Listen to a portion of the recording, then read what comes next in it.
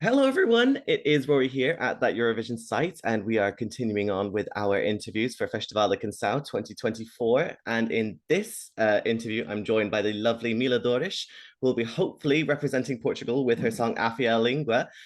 Muito Oh, bem-vindo a esta entrevista. Tudo bem? muito obrigada.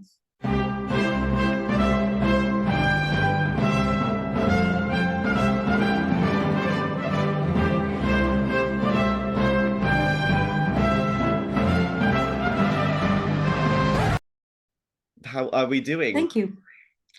I'm doing great this morning. Thank you.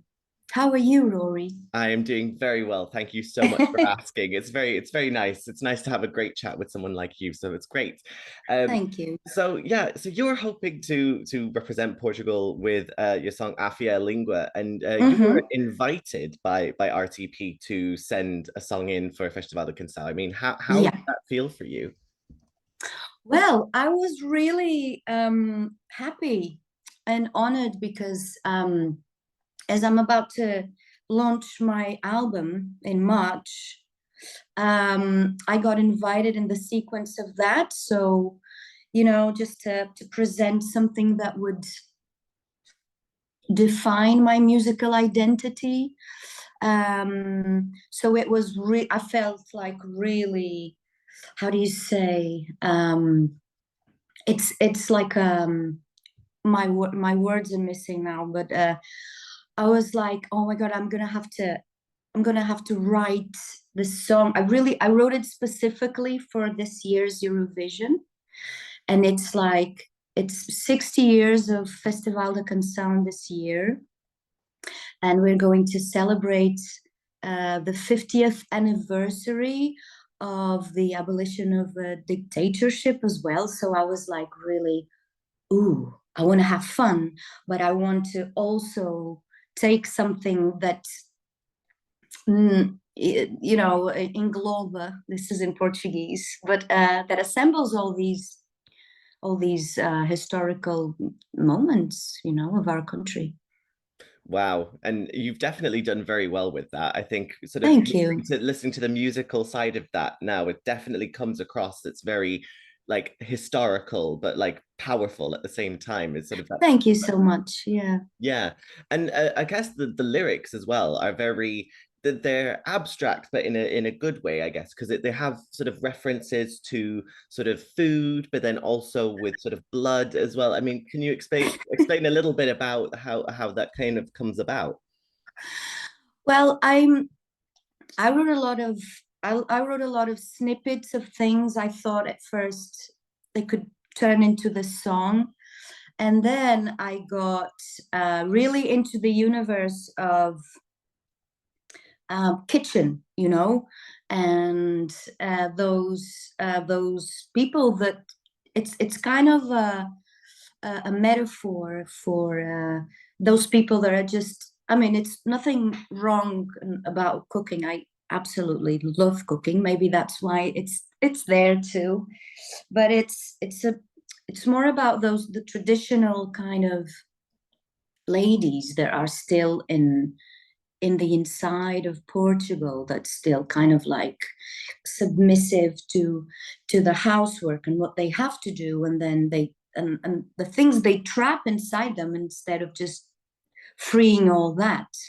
So the song actually was born after I just got one phrase from one of the songs it was supposed to be, which is called uh, Tira o avental, bota sal, afia a língua, and then which means take off your apron, just spread some salt and sharpen your tongue, and just go out there. Wow. It sounds really interesting. Again, like the whole idea of like sharpening your tongue, and then you say like, my brave one, you will shout, you will scream, that you will be Yeah, tamed. I mean, it has a sort of a feminist sort of feeling as it well. does. It really, really does. A fialingua means, someone that has a sharpened tongue. Here in Portugal means someone that like talks too much or tem a língua afiada. It's a bit like, well, she talks too much and she talks things she shouldn't, and she talks a lot about what she thinks. And I'm like, well, who cares? Do it anyway. So Definitely, yeah. And just I do think it. that it's a great attitude that, we need to have in today's society. We need to stand Mm, up for ourselves for sure. And as well as that, you wrote the song as well with Philippe Sambadu as well, who yeah, has again a fantastic sort of musical industry. I mean, we saw that when he competed in Festival da Canção with Gilberto Amarelo do Sul. I mean, how was that kind of collaboration between you two? well, she produced the album I'm going to launch in March. So I thought it was appropriate to ask her to produce the song. And then we got so into a creative process together that she ended up writing and giving me really amazing tips for the chorus harmony.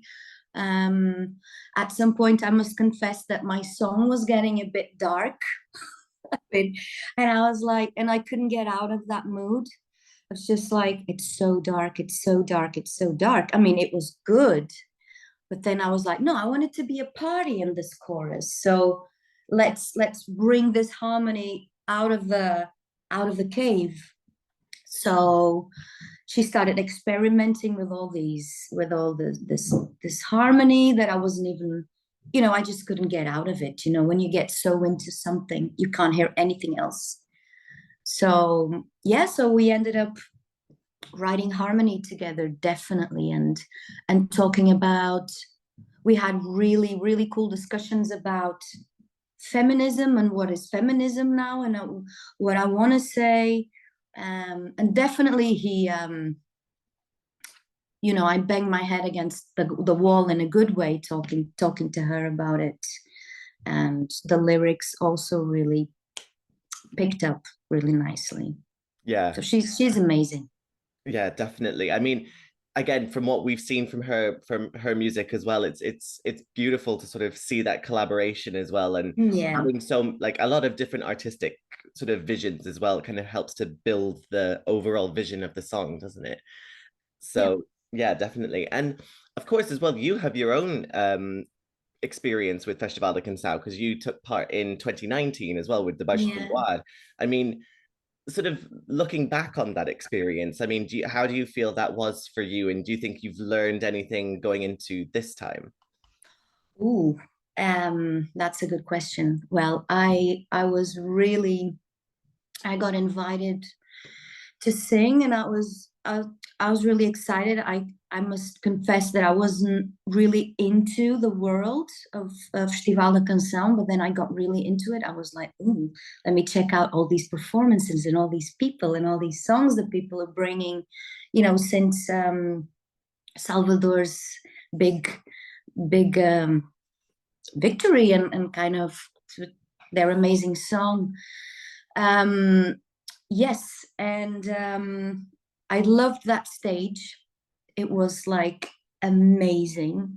The production is so really well organized from the beginning. Now I'm really really getting into this from the beginning. Haven't been invited to write the song, but what I've learned is that and the camaraderie between the contestants and the colleagues was amazing in 2019, and I think it's going to be just the same this year. I'm really happy because I love to connect with my fellow musicians. It's always really really good vibe. Everyone's so busy, no one really kind of hangs out, you know. But what I learned is that it's a tough stage, but it's a really really good one. It's just full of, everyone is vibing, around us, so we can feed off people, everyone. So I'm really excited.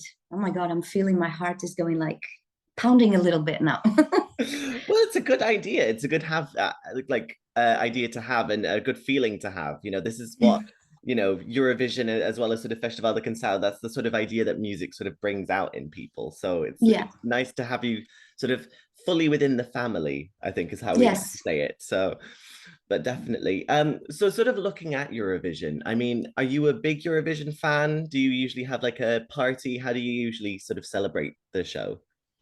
Well, I watch it with friends if they're watching it. There was this time where I really, really was watching and I was rooting for, don't know what year it was, the Black Mamba, because one of my really good friends plays in the band. So I was really, really excited that year. um, but yes, I guess people just have their parties and their dinners, and then I think it's sort of like a bit of Christmas, isn't it? Feeling just people getting together and having some food and some drinks and rooting for the songs that they like. And it's a good television moment, definitely. It Definitely. kind of brings the world together, doesn't it? It's Definitely, yeah. I mean, amazing I community thing. yeah, because that's it. I mean, for example, like our site, we have people from the UK, but also from America and also Yeah, from, the Netherlands and all these other places. We all get brought together through this contest, which is yeah, what I really love. So it's something that helps to bring people together, and I think that's a beautiful thing. it's amazing. Definitely, yeah. So, with that, I mean, obviously, with the Black Mamba, would I be right in saying that that would be sort of one of your favorite Eurovision songs then, with the Love Is on My Side? I really enjoy that song.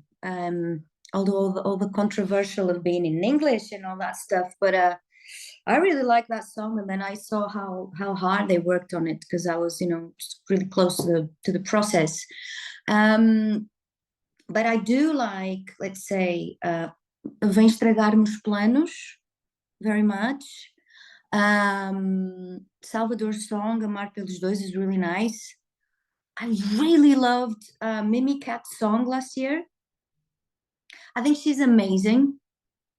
I And love the fact that, and the fact that was like, she was for such a long time, just trying to sing out and trying to sing and trying to get these gigs. And people were saying, well, maybe your stuff is not really commercial and maybe this and maybe that, the industry telling her that. And then it was like, people just absolutely love you, and it's such an amazing story, it's great. Vai Mimiket, Go és on, Mimi linda. Cat. Yeah. She's Vamos lá. amazing. Vamos lá, Definitely. you speak really well Portuguese. Oh, muito obrigado. Yeah. O meu nível de português não é tão bom, mas, Wow, tentei. wow, Thank you so much. Thank you. amazing accent. Oh, thank you so much. I tried to do a European accent, but I'm not the best at it. So, but Pretty good. oh, thank you so much. Muito obrigado.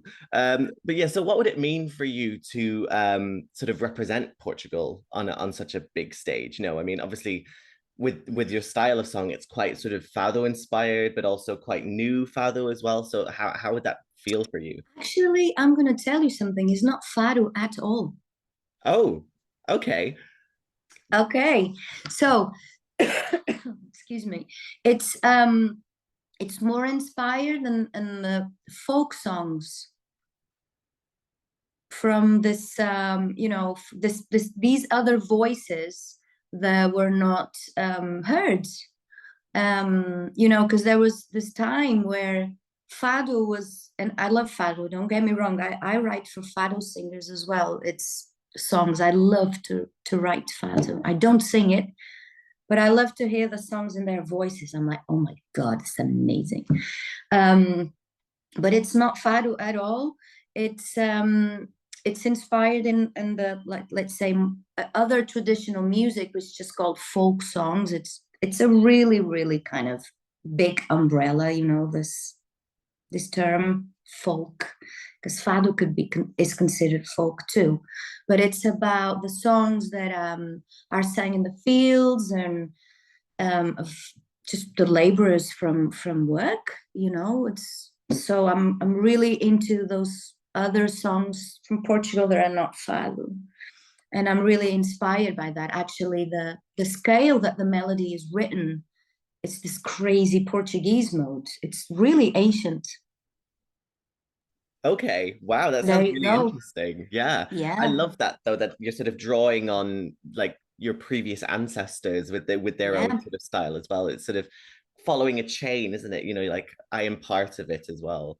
yeah. And it was something that was kind of like it stayed in those places for such a long time because in our dictatorship regime, like Fado was picked up as to be like the national song, and those songs were kind of forgotten, and they're like fossils, almost.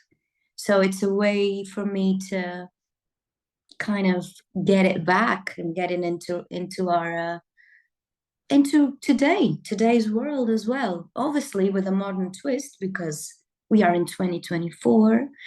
But yes, I'm really interested to know what I can do with that identity. How can I bring it to us? So if I would be representing Portugal, I would really be representing Portugal, I guess, in the Yeah. Eurovision. Yeah. Our sounds, our ancestry. Yeah. Wow. That's a lot of pressure, I guess, to sort of do. But I think with a song like that, I think it pays honor to them in a really, really good way. So I think, fingers Thank crossed it might happen.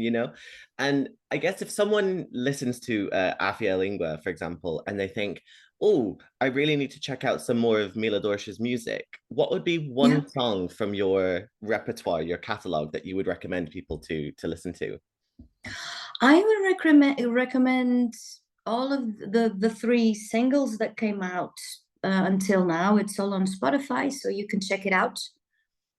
Perfect. Yeah. But Deixa Arder, Não Te Ponhas a Jeito, Limão e Jasmine, Jasmine and Lemon, it's all Wow. those three, definitely. Yeah. Okay. Well, I'm going to immediately put them all on my playlist for sure. So you can get Thank a few you. extra streams on there for sure. And I guess just a sort of final question. I mean, what would be your message to people who have now sort of discovered you now, thanks to sort of participating in Festival da Canção, like the international sort of fans as well? What would you say to them? I would say listen to my music and and get in touch. Let me know what you think. Let me know. Say hello. Go listen to me. Share. Get that link going. Muito obrigado e boa sorte pela semifinal. I can't wait to see how it's going to look in like the next month really when this comes out, and hopefully fingers crossed it will all go very well. I can't wait to see what comes next and what's there for you. So thank you so much for coming on to chat to us. Thank you so much, Rory, for having me this Well, beautiful morning. thank you so much. It's very much appreciated. Thank you so much. Bye bye. Bye.